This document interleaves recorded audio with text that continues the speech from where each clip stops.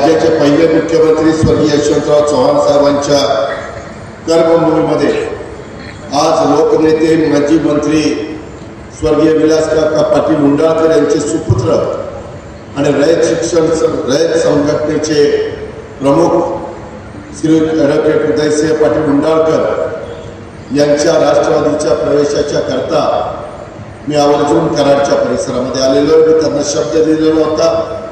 कोयना बँकेमध्ये आमची चर्चा झालेली होती. त्यामध्ये वडीलधाऱ्यांशी चर्चा झाली, मान्यवरांशी चर्चा झाली, उदयसिंहांशी चर्चा झाली आणि त्याच्यातून आजचा हा दिवस आम्ही निवडला. आज मी आपल्या सर्वांचं उदयसिंह विलासराव उंडाळकर पाटलांच्या सहित सर्व मान्यवरांचं राष्ट्रवादी काँग्रेस पक्षामध्ये त्यांनी प्रवेश केल्याबद्दल मनापासून स्वागत करतो आणि स्वर्गीय यशवंतराव चव्हाण आणि माजी सहकार मंत्री लोकनेते स्वर्गीय विलासराव काकांच्या स्मृतीला देखील मी आपल्या सर्वांच्या साक्षीनं अभिवादन करतो. खरं तर गेल्याच महिन्यामध्ये आपल्या चव्हाण साहेबांच्या जयंतीच्या निमित्तानं 12 मार्चला मी प्रीती संगमावर येऊन त्यांच्या समाधीचं दर्शन घेतलेलं होतं आणि या प्रीती संगमावरून राज्याच्या विकासाची नवी ऊर्जा घेऊन मी आणखी वेगानं कामाला लागलो. मित्रांनो, मला 35 वर्षाचा राजकीय जीवनाचा अनुभव आहे. मी स्वर्गीय विलास काकांच्या बरोबर काम केलं.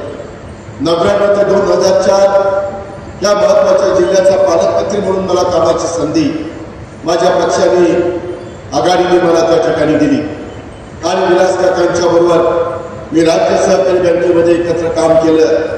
जिल्हा बँकेमध्ये देखील काही वर्ष मी राज्य बँकेचा प्रतिनिधी म्हणून आलेलो होतो.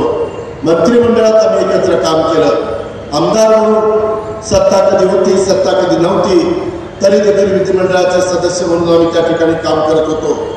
प्रीती संघ हे माझंच नाही तर संपूर्ण महाराष्ट्राचं ऊर्जास्थान आहे आणि या ठिकाणी प्रत्येकाला येऊन ऊर्जा मिळत असते हे महाराष्ट्रातल्या अनेकांनी अनुभवलेलं आहे. आज ॲडव्होकेट उदयसिंह पाटील यांच्या राष्ट्रवादीमध्ये प्रवेश करत असताना त्यामुळं खऱ्या अर्थाने यशवंत विचारांचा प्रतिसंगम आहे अशा अर्थानं मी माझं प्रामाणिक मत आपल्या सगळ्यांच्या समोर व्यक्त करतो. कारण राष्ट्रवादी काँग्रेस पक्ष हा स्वर्गीय यशवंतराव चव्हाण साहेबांच्या विचारावर काम करत आलेला आहे. चव्हाण साहेब हे आमच्या पक्षाचे म्हणजेच आपल्या पक्षाचे प्रेरणास्थान आहे.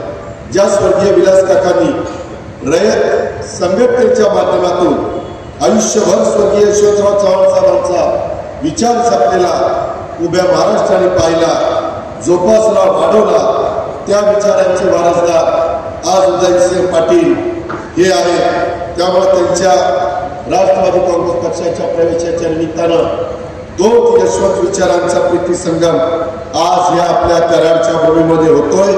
याचा माझ्यासारख्या सर्व स्वर्गीय यशवंतराव चव्हाण साहेबांच्या कार्यकर्त्यांना आनंद आहे. एकंदरीतच हे सगळं काम करत असताना खूप जणांची वेगवेगळी चर्चा चाललेली आहे. काय होणार, कसं होणार. माझ्या आधी बोलत असताना स्वतः उदयसिंह उंडाळकर पाटलांनी काही भूमिका मांडली, इथले काही प्रश्न मांडले. मकरंदाबांनी पण त्यांचा अनुभव आणि पुढे आपण वाटचाल कशी असली पाहिजे ते सांगण्याचा प्रयत्न त्या ठिकाणी केला. तीच गोष्ट बाळासाहेब चोळसकर असतील किंवा इतर माझे सहकारी असतील त्यांनी केला.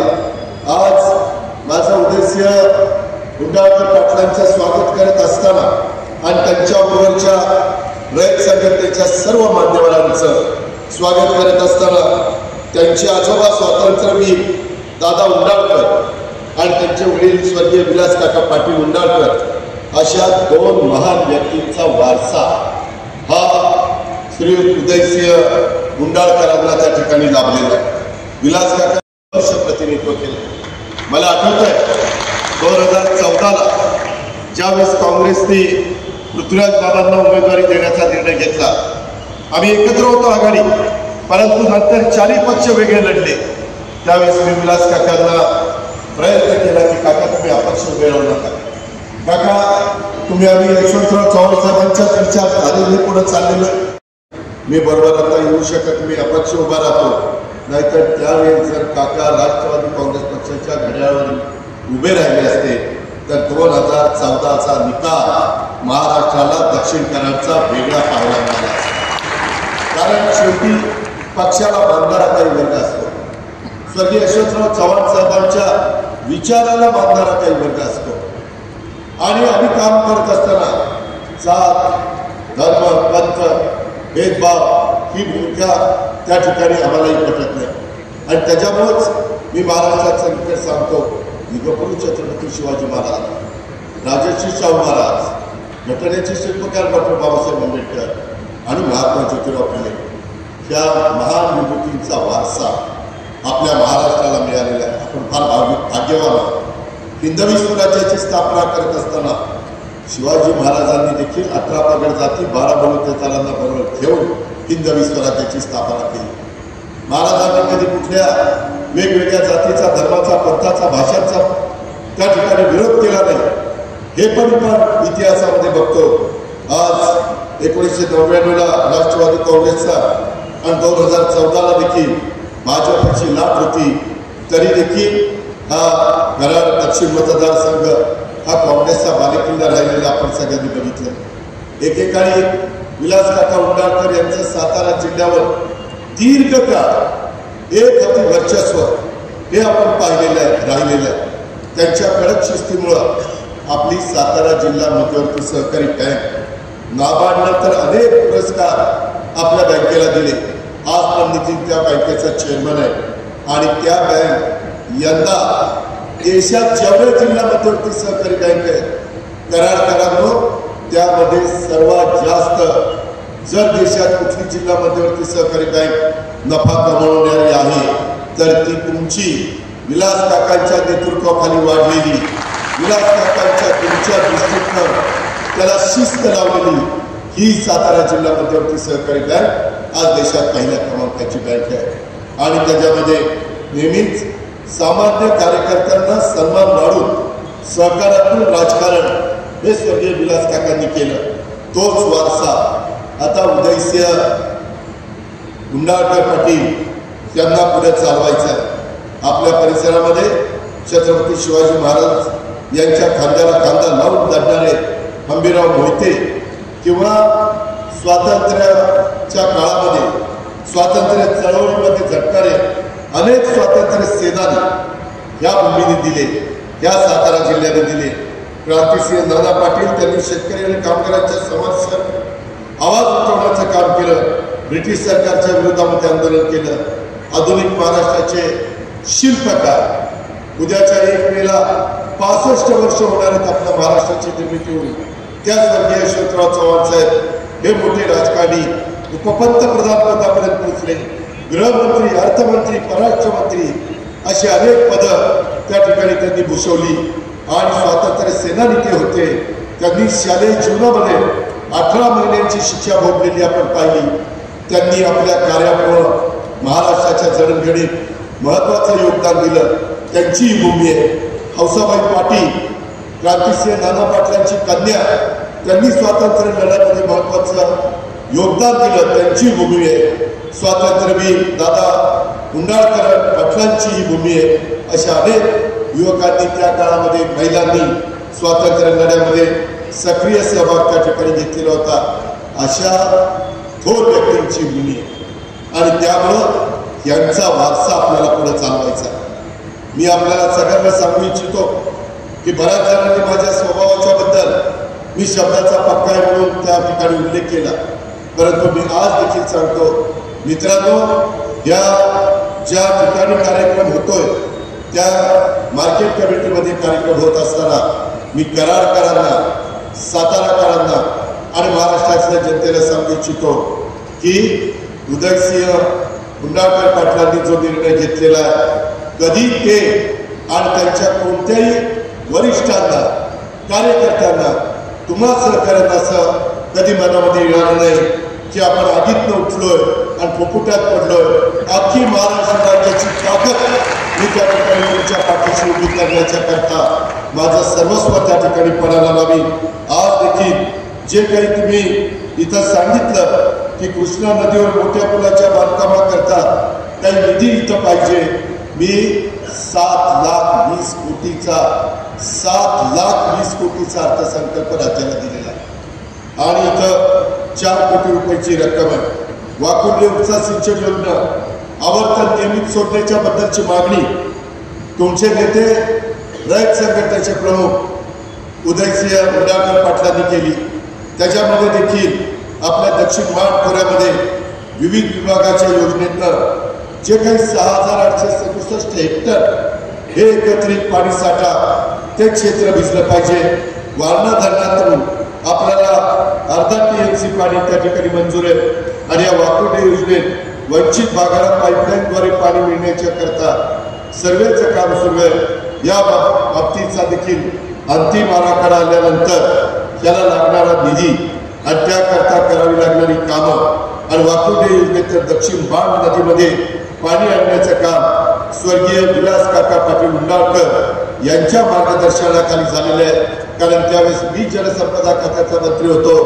विलास काका मला सांगत होते, अजित मला बाकीचं काय माहित नाही, वारणेचं पाणी वाकुर्ले उपसा सिंचन योजनेतनं चांदोली धरणातनं इकडे आलं पाहिजे, माझ्या त्या भागाला पाणी मिळालं पाहिजे.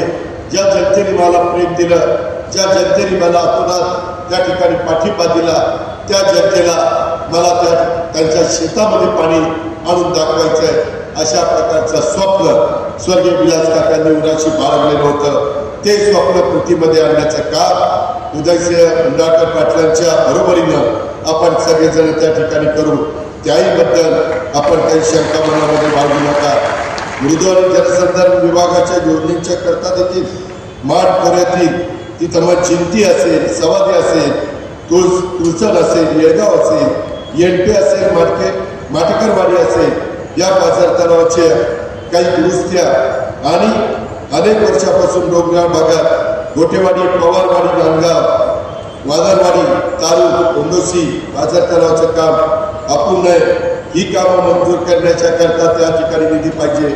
उंडाळी ग्रामीण भागात रुग्णालयामध्ये ट्रॉमा सेंटर सुरू करण्याच्या बद्दल उदयसिंह उंडाळकर पाटलांनी मागणी केलेली आहे आणि अशा पद्धतीनं वेगवेगळ्या त्यांच्या मागण्या.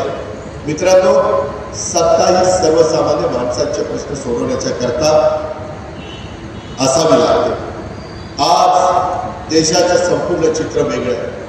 आज देश AIचा कृत्रिम बुद्धिमत्तेचा विचार करते, जग कृत्रिम बुद्धिमत्तेचा विचार करते आणि अशा वेळेस आपण कुठेही आपली विचारधारा सोडलेली नाही. आपण त्याच विचारधारेने पुढे चाललेलो. त्याच्यामुळे तशा प्रकारे काही मनामध्ये वेगळं काही आणण्याचं कारण नाही. आपल्या संस्था उत्तम पद्धतीने चाललेल्या.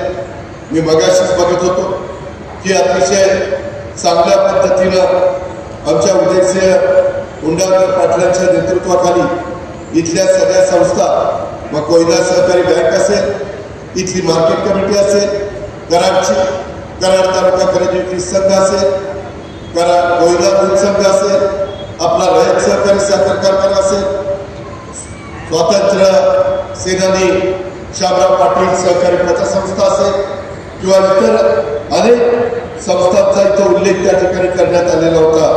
मग कोयना वाहतूक संस्था असेल, रयत बायोशुगरचा उल्लेख मगाशी उदयसिंह उंडाळकर पाटलांनी केला, रयत वस्त्रोद्योग असेल, या सगळ्याच्या बाबतीमध्ये जर प्रश्नाची सोडवणूक करायची असते तर सरकारमध्ये आपले प्रतिनिधी असावे लागतात. राज्य सरकारमध्ये कोणीतरी आपला जवळचा माणूस असावा लागतो. आणि सुदैवानी हसन मुश्रीफ असतील, मी असेल, मकरंदाबा असतील किंवा तिकडं दत्ताभाऊ भरणे असतील, माणिकराव कोकाटे असतील किंवा तिकडं आदित्य तटकरे असतील, तिकडं बाबासाहेब पाटील असतील, सहकार खातं देखील राष्ट्रवादी काँग्रेसकडे.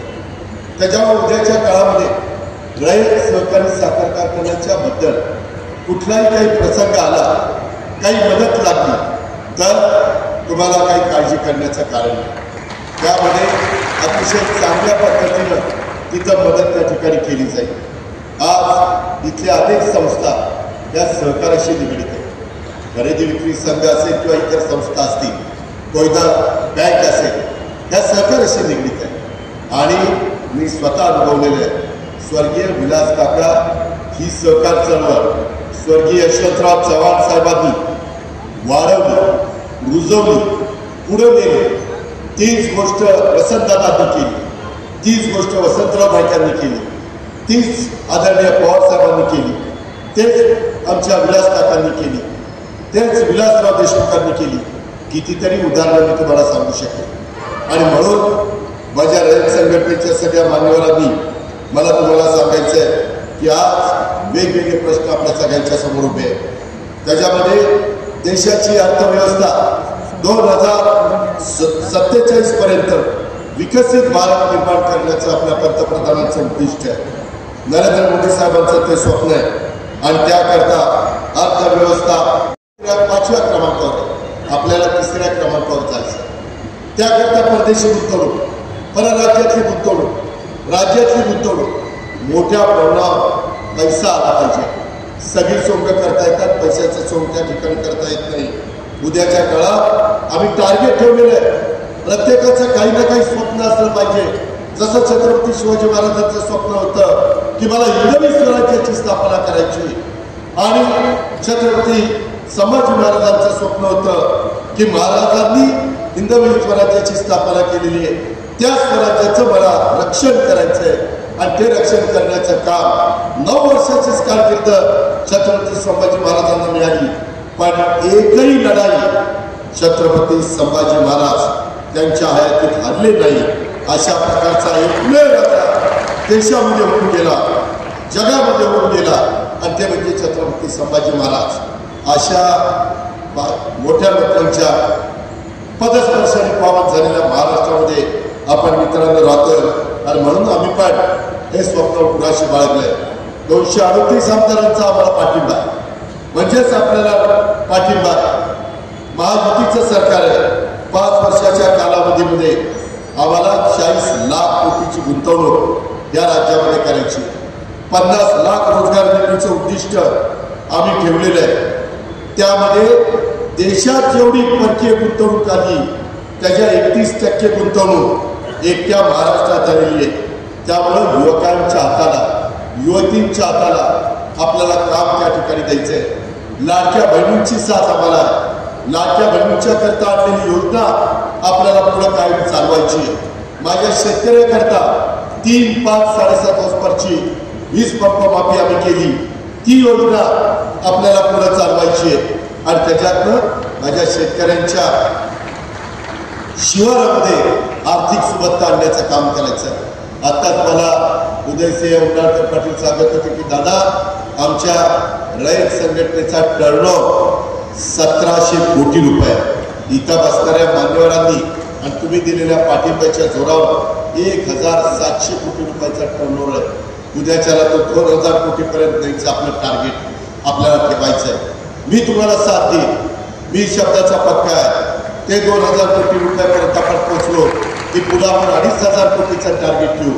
वेगवेगळ्या अडचणी आल्या तर त्या अडचणीवर मात करण्याच्या करता मी मकरदाबा, बाकीचे सगळे नितीन असतील, इतर सगळे सहकारी असतील, आम्ही तुम्हाला त्या ठिकाणी मदत करत राहणार आहोत. मगाशी बोलत असताना आमच्या उदयसिंहांनी सांगितलं की दादा कराडच्या परिसरामध्ये शहरीकरण वाढतंय. शहरामध्ये काही प्रश्न आहेत. कराड, मलकापूर, सैदापूर परिसरामध्ये शहरीकरण लक्षात घेता दळणवळणाच्या सुविधा सक्षम करण्याची गरज आज राज्याला आहे. आज आपल्या परिसराला शहरातून जाणारा नॅशनल हायवे पूर्ण विकसित झाला. लवकरच तुमचा फ्लायओव्हर देखील वाहतुकीच्या करता खुला करण्याचा आमचा सगळ्यांचा प्रयत्न आहे आणि त्यामुळं माझ्या कराडसारख्या शहरातली वाहतुकीची कोंडी सुटण्याच्या करता मदत होणार आहे. कराड शहर ते चिपळूण, इस्लामपूर, विटा, पलूस, पाटण, हेबेवाडी, चांदोली या भागातील लोकांच्यासाठी एक मध्यवर्ती बाजारपेठ आहे. त्यामुळं परिसराचा विकास झपाट्याने वाढतोय आणि त्याचबरोबर इथल्या नागरिकांना नागरी सुविधा देण्यासाठी राज्य सरकार आणि स्थानिक स्वराज्य संस्था यांच्यामार्फत आपल्याला निधी द्यावा लागणार आहे. लवकरच आमचा प्रयत्न आहे. सुप्रीम कोर्टात मॅटर आहे. स्थानिक स्वराज्य संस्थांच्या निवडणुका लागल्या पाहिजे. आज 3 वर्ष झाली. 2022ला मुदत संपली. आज 2025 आहे. आत्ता लागतील, उद्या लागतील. जिल्हा परिषद लागेना, तालुका पंचायत लागेना, नगरपालिका लागेना, महानगरपालिका, नगरपंचायत, कार्यकर्त्यांनी काय करायचं? ठीक आहे, रयत संघटनेच्या निमित्तानं अनेक कार्यकर्ते चेअरमन, व्हाईस चेअरमन, संचालक बोर्डामध्ये आहेत, परंतु ग्रामीण भागाचं सत्तेचं विकेंद्रीकरण करण्याच्या करता या सुपुत्राने इथल्या 1962ला स्थानिक स्वराज्य संस्था अस्तित्वात आणल्या, जिल्हा परिषद, तालुका पंचायत अस्तित्वात आणली आणि त्याच्यातच कार्यकर्ता पुढे येतो. विलासराव देशमुख देखील गावच्या सरपंच पदापासून मुख्यमंत्री पदापर्यंत पोहोचले. आर पाटील देखील त्या गावच्या राजकारणापासून उपमुख्यमंत्री पदापर्यंत पोहोचले. ते एक महत्वाचं माध्यम आहे आणि म्हणून इथंही आपल्याला राष्ट्रवादी काँग्रेस पक्षाच्या विचाराचे जास्तीत जास्त तरुण मुलं, आया बहिणी आणि पुरुष मंडळी निवडून आणण्याचं काम करायचं आहे. सभासद नोंदणीचा कार्यक्रम चाललेला आहे, तो कार्यक्रम आपल्याला चांगल्या पद्धतीनं राबवायचा आहे. मी बाळासाहेब चोळसकर, नितीन पाटील, मकरंदाबा या सगळ्यांना सांगितलेलं आहे की जिल्हा मंजूर काळात एकेकाळी राष्ट्रवादीचा हा बालेकिल्ला होता. सातत्याने जिल्हा परिषद ही राष्ट्रवादीच्या ताब्यामध्ये होती. इथल्या संस्था विलास काकांनी कधी बाजूला जाऊन दिल्या नाही. आता विलास काकांचा स्वारसदार त्यांनी आपल्या सगळ्यांच्या बरोबर काम करण्याचा निर्णय घेतला. आपण सगळेजण मिळून उत्तम पद्धतीचं विलास काकांचं जसं काम असायचं तशा पद्धतीनं आपण राज्याला हे देखील काम त्या ठिकाणी करून दाखवू. हे पण मला आपल्याला सगळ्यांना सांगायचं आहे. ॲडव्होकेट उदयसिंह गुंडाळकर पाटलांनी त्यांना त्यांचे आजोबा हे दादासाहेब स्वातंत्र्य सेनानी गुंडाळकर यांचा मोठा वारसा लाभलेला आहे. चलेजावच्या आंदोलनामध्ये दादा पासाहेब गुंडाळकरांनी कराडमधील मोर्चाचं नेतृत्व केलेलं जुन्या लोकांना आठवत असेल. स्वर्गीय दादासाहेब गुंडाळकर यांचे सुपुत्र लोकनेते विलास काकांनी देखील आयुष्यभर तोच वारसा समर्थपणे पुढे नेला आणि आता उदयसिंह पाटील आपल्याला पण तिसऱ्या पिढीमध्ये तोच वारसा पुढे त्या ठिकाणी न्यायचा आहे. त्याच्यातून विलास काकांनी जसं डोंगरी, दुर्गम, बहुजन, वंचित समाजाला रयत संघटनेच्या माध्यमातून विकासाच्या मुख्य प्रवाहामध्ये आणण्याचं काम शेवटपर्यंत केलं. स्वर्गीय विलास काकांनी फक्त कराड दक्षिण मतदारसंघातच नव्हे तर सातारा जिल्ह्यातली वाई असेल, कोरेगाव, सातारा, गटाव, मान, पाटण, जावळी, महाबळेश्वर, खंडाळा या प्रत्येक तालुक्यामध्ये कार्यकर्त्यांचं भक्कम जाळं हे काकांनी उभं केलंय. आजही सातारा जिल्ह्यातल्या प्रत्येक तालुक्यात स्वर्गीय विलास काकांना मानणारा मोठा वर्ग आपल्याला पाहायला मिळतोय. प्रत्येक निवडणुकीत काकांना मानणाऱ्या कार्यकर्त्याची ताकद आपल्याला दिसत असते आणि त्याच्यामुळं ज्या पद्धतीनं विलास काकांनी हे सगळं वाढवलं, घडवलं, टिकवलं ते पुढं आणखी त्याच्यात भर घालण्याचं काम उदयसिंह पाटील आपल्याला सगळ्यांना करायचंय. आता काका आता अनेक वर्ष हातात हात घालून जिल्ह्याच्या विकासाचं काम त्यांनी केलं. त्यांच्यात असणारा हा मैत्रीचा धागा त्यांच्या पुढील पिढीनं देखील म्हणजेच मकरंदाबांनी, म्हणजेच नितीन काकांनी आणि ॲडव्होकेट उदयसिंह पाटलांनी यांना पुढे न्यायचा आहे. तो त्यांनी न्यावा, तो त्यांनी जपावा आणि ज्या जिल्ह्याचा विकास साधावा. त्याच्यामध्ये मला आनंद आहे की मकरंदाबांनी ॲडव्होकेट उदयसिंह पाटलांना राष्ट्रवादीत म्हणजेच यशवंत विचाराच्या मुख्य प्रवाहात येण्याची साथ घातली. त्याला उदयसिंह पाटलांनी देखील उत्तम प्रकारचा प्रतिसाद दिला. कोणती अट शर्त नाही, स्वार्थ न दाखवता ते आज राष्ट्रवादीच्या परिवारामध्ये सामील झालेले. मी या निमित्तानं एकच सांगतो, मी त्यांना राष्ट्रवादीमध्ये अतिशय मान सन्मान देण्याचं काम करेन. तुम्हाला आजचा दिवस आठवेल, मी योग्य पद्धतीचा त्यांचा सन्मान हा देखील त्या ठिकाणी ठेवील.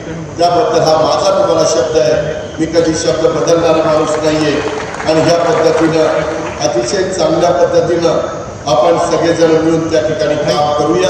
त्यांना, त्यांच्या सहकार्यांना आपल्या स्वर्गीय विलास काकांच्या विचाराचं, विकासाचं राजकारण, समाजकारण हे आपल्याला पुढे न्यायचं आहे. जसं राज्याच्या राजकारणात काही थोड्या नेत्यांचा दबदबा होता, त्याच्यामध्ये कराडकरांनो स्वर्गीय विलास काकांचं नाव नक्कीच घ्यावं लागेल. विधानसभेच्या सभेत देखील विलास काकांना मान होता. आम्ही बघायचो, मी पण 8 वेळेला आमदार झालेला माणूस आहे. आज विलास काका बोलायला म्हणले तर सभागृहाच्या ठिकाणी शांत व्हायचं. मंत्रिमंडळात काकांच्या शब्दाला वजन असलेलं मी स्वतः पाहिलेलं आहे. कारण सर्वसामान्यांच्या कामाची कळवळ असणारा हा नेता होता. वेळ प्रसंगी मंत्र्यांनाच काय, मी मंत्रिमंडळात त्यांच्याबरोबर काम करत असताना मुख्यमंत्र्यांना देखील जाब विचारण्याचं धाडस हे विलास काकांच्या मध्ये मी पाहिलंय. कारण काय त्यामागे स्वच्छ चारित्र्य आणि सर्वसामान्यांच्या विषयी असणारी तळमळ आणि प्रामाणिकपणा हा त्या बाबतीमध्ये विलास काकांच्या पाठीशी होता. विलास काकांच्यावर कधी भ्रष्टाचाराचे शिंतोडे उडाले नाही. कधी विलास काकांना वेगळ्या पद्धतीने कुणी दावा ठेवली नाही.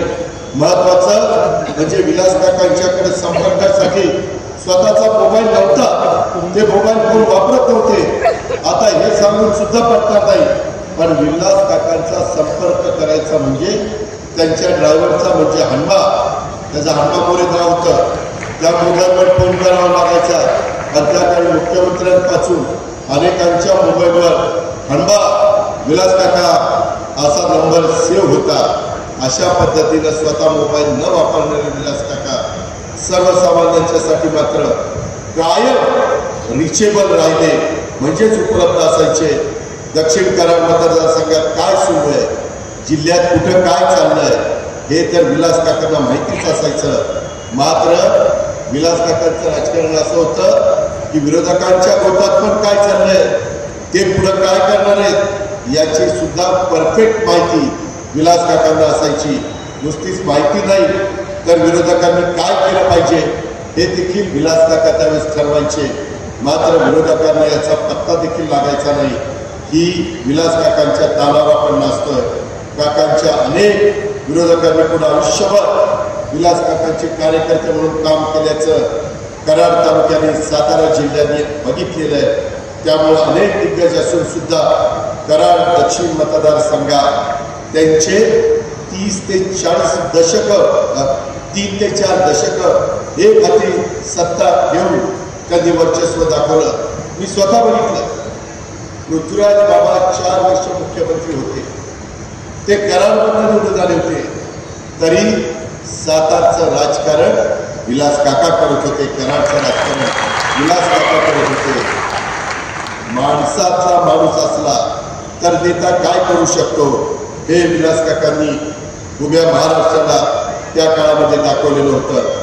काकांची सर्वसामान्य माणसांची असणारी अटॅचमेंट एवढी जबरदस्त होती की प्रत्येक गावामध्ये फक्त पदाधिकाऱ्यांचीच नव्हती तर कार्यकर्त्यांची नावं सुद्धा काकांची तोंडपाठ होती. अनेक वेळा कार्यकर्त्यांच्या घरी काका जेवायला जायची. तेच त्यांचं जनसंपर्काचं खरं साधन होतं. मतदारसंघात कोणत्याही सामान्य माणसाला काकांना भेटता यायचं, त्यांच्याशी संवाद साधता यायचा. त्यासाठी कोणत्याही मध्यस्थाची गरज नव्हती, पुढाऱ्याची गरज नव्हती. काकांचं कुटुंब जरी साताऱ्यामध्ये राहिलं होतं तरी बरेच वेळा काकांचा मुक्काम कराडच्या बाजार समितीत असायचा. एका साध्या खोलीत कॉट आणि गादी, टेबल खुर्ची आणि पाण्याचा तांबा, इतकं साधं राहणीमान हे काकांचं होतं. इतका साधा नेता परत या भागामध्ये होणं नाही हे पण आपण सगळ्यांनी लक्षामध्ये ठेवलं पाहिजे. राज्याचे माजी मुख्यमंत्री मला आठवत आहे 1995ला विलासराव देशमुख यांचे आणि विलास काकांची खास माहिती. विलास काका, विलासराव देशमुख आणि अनंतराव टोपे तिघांचं त्रिकूट असायचं. विलासराव देशमुख मला वाटतं 95ला पराभूत झाले, 40,000 मतांनी पराभूत झाले. आणि जेव्हा ते पराभूत झाले त्यावेळेस त्यांचा तो बॅड पॅच होता. ते विलास काकांकडे इथल्या कराडच्या बाजार समितीमध्ये काही काळ मुक्कामाला होते. जुन्या लोकांना आठवत असेल. त्यानंतर ते राज्याचे मुख्यमंत्री झाले. त्यामुळं हा परिसर म्हणजे ऊर्जेचं केंद्र आहे. स्वर्गीय विलास काकांचे अनेक किस्से सांगता येतील. ज्या स्वातंत्र्य सेनानी शामराव पाटील फळे फुले भाजी मार्केट पटांगणामध्ये या प्रांगणात हा पक्षप्रवेशाचा कार्यक्रम होतोय। या परिसरात स्वर्गीय विलास काकांच्या कामाची छाप आहे। एका अर्थाने या परिसरात विलास काकांची छत्रछाया त्या ठिकाणी आहे, त्यामुळे त्यांच्या छत्रछायेत हा पक्षप्रवेशाचा कार्यक्रम होतो याचा पण समाधान माझ्यासारख्या राष्ट्रवादीच्या कार्यकर्त्याला आहे। आणि म्हणून मित्रांनो, तुम्ही काही काळजी करू नका। कुठल्याही परिस्थितीमध्ये खूप काही आम्हाला महाराष्ट्राच्या बद्दल करायचंय, त्याच्यामध्ये नवीन नवीन आव्हानं आम्ही डोळ्यासमोर ठेवली। मी कधी माझ्या राजकीय जीवनामध्ये काम करत असताना कोणाला वाऱ्यावर सोडलेलं नाहीये। मला जे पटतं, जे योग्य वाटतं ते अगदी मनापासून मी करण्याचा प्रयत्न करतो। एकदा घेतलेल्या निर्णयापासून मी कधी बाजूला हटत नाही, कोणत्याही परिस्थितीत कुणालाही कधी वाऱ्यावर सोडत नाही। त्यामुळे राज्यातले अनेक लोक माझ्यासोबत आहेत, माझ्यावर विश्वास ठेवतात। राष्ट्रवादी काँग्रेस पार्टी देखील या पुढच्या काळात सर्व जाती, धर्म, पंथ, प्रांत, भाषांच्या नागरिकांना सोबत घेऊन विकासाच्या वाटेवर चालत राहील। हेच उदयसिंह उंडाळकर पाटील तुमचं सगळ्यांचं म्हणणं आहे। राज्यात कुणावर अन्याय होणार नाही। माझा मागासवर्गीय, आदिवासी, अल्पसंख्याक अशा सर्व जाती धर्माच्या बांधवांच्या हक्काचं रक्षण आम्ही त्या ठिकाणी करणार आहोत। यासाठी राष्ट्रवादी काँग्रेस पक्ष कटिबद्ध आहे आणि राज्यात सत्ताकारण समाजकारणाच्या कोणत्याही भूमिकेत असलो तरी महाराष्ट्राचा विकास हाच राष्ट्रवादी काँग्रेस पक्षाचा अजेंडा आहे। शेतकरी, कष्टकरी, सर्वसामान्य जनतेसाठी तळमळीनं काम करत राहणारा राष्ट्रवादी काँग्रेस पक्ष आहे आणि त्यामुळे आज अतिशय योग्य निर्णय तुम्ही घेतलेला आहे। मलाही माझ्या भागातल्या सगळ्या संस्था, माझी पुणे जिल्हा बँक बघा, माझ्या भागातले साखर कारखाने बघा, माझा खरेदी विक्री संघ बघा, दूध संघ बघा, मार्केट कमिटी बघा, माझ्या बारामती बँक बघा, माझ्या सगळ्या संस्था विलास काका ज्या पद्धतीने संस्था चालवायच्या त्याच पद्धतीने मी देखील संस्था चालवणारा एक कार्यकर्ता आहे। मला चुकीचा अजिबात आवडत नाही, खोटा अजिबात खपत नाही।